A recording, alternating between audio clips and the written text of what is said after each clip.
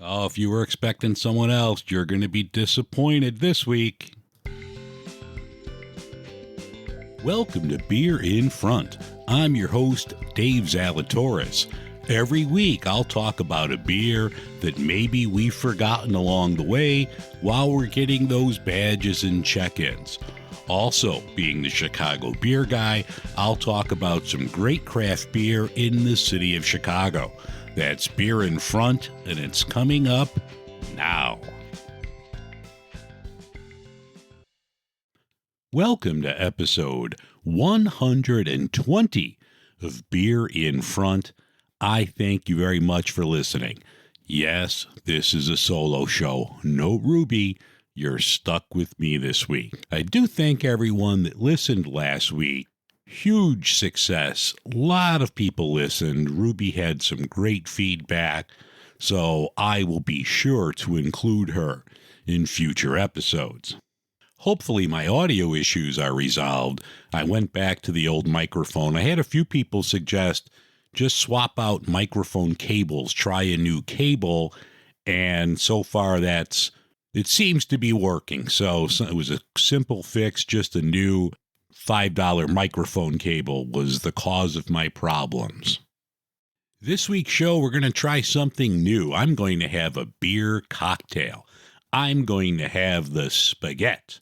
I've never heard about this until this year. Ever since I first saw, it was a friend of mine on beer Twitter. They were commenting. I'm like, I've never heard of this. So I made a mental note.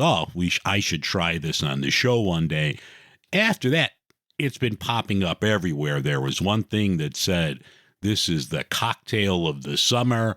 I don't know, but I'm going to have the Spaghett. If you're not familiar with it, which I guess everyone in the world knows about this but me, this is a shot of Aperol. So which I love a spritz into Miller High Life or similar type of beer with a little squirt of lemon juice. That is going to be the beer in front, or the Spaghett in front, if you will.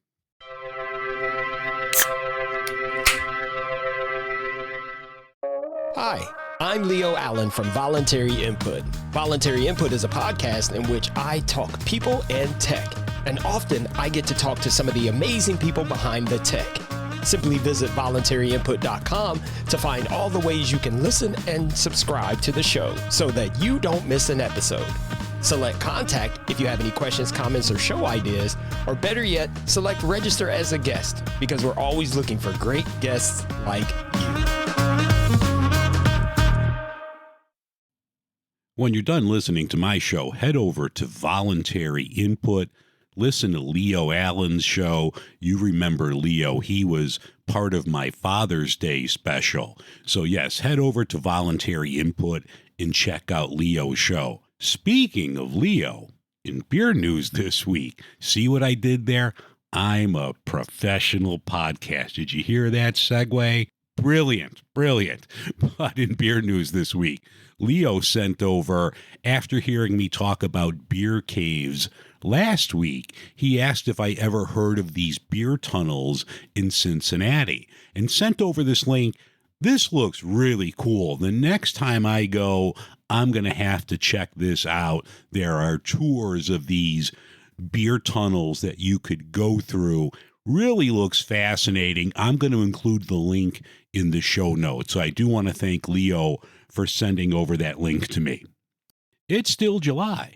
It's July 29th as I'm recording this segment for the last week or so, and I've seen them with my own two eyes. Pumpkin beers and Oktoberfest beers are out. It's July. Come on.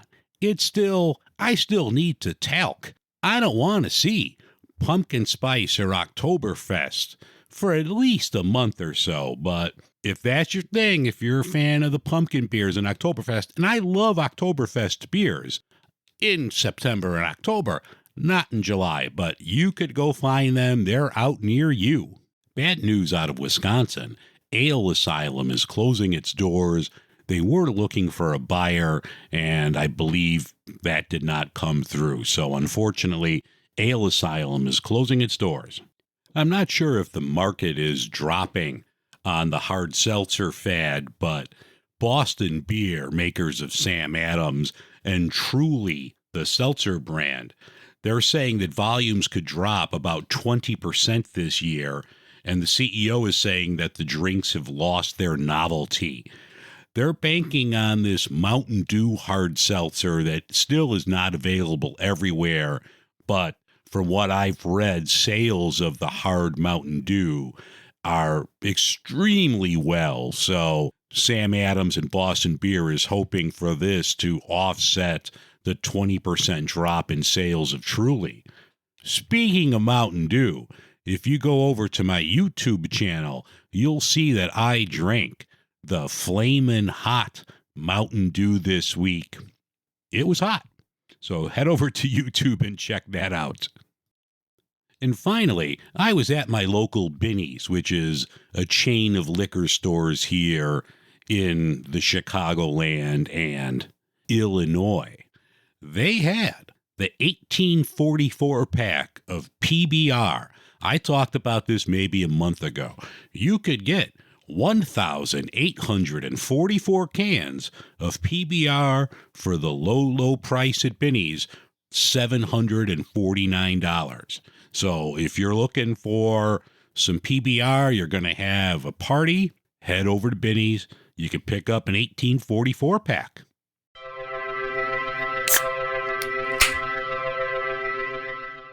I didn't have a lot of beers this week. I did go out a few days ago. My cousin Brian is in town from Alabama, and I met him over at Dovetail, and we sat down there for a while. It was nice. It's been a long time since I just sat in a brewery for a couple hours just commiserating, so I enjoyed the always terrific Vienna lager over at Dovetail. Afterwards, we walked a block down to Beguile, and I had the Let It Go, which is the rye ale. That was excellent as well.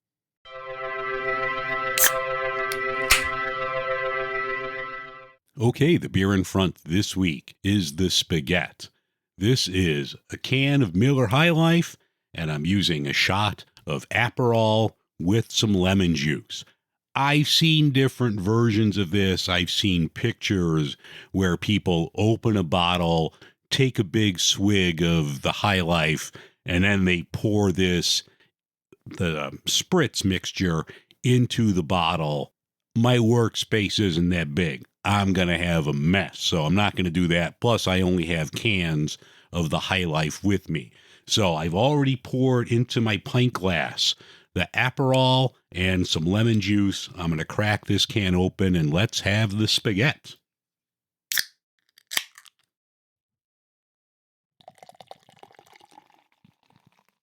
If you've had a spritz before, the color is orange. It really smells great.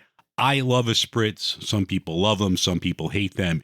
If you like that, you will love the aroma here. You get a nice combination of that and the lemon juice and the beer. It does have a nice head on this. Good 2 fingers of foam on top of it.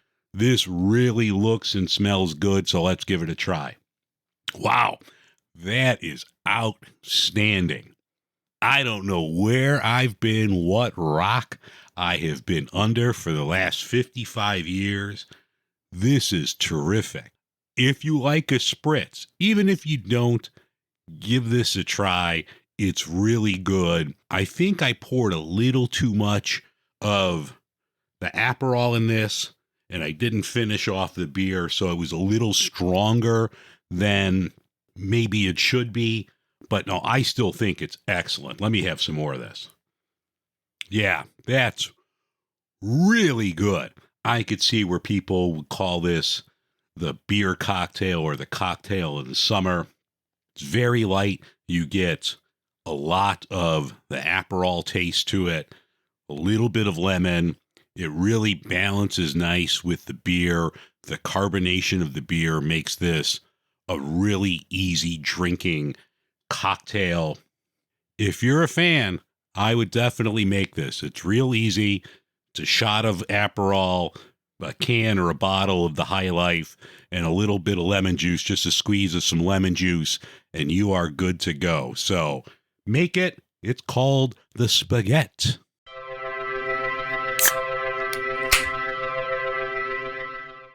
Sorry for the short episode this week.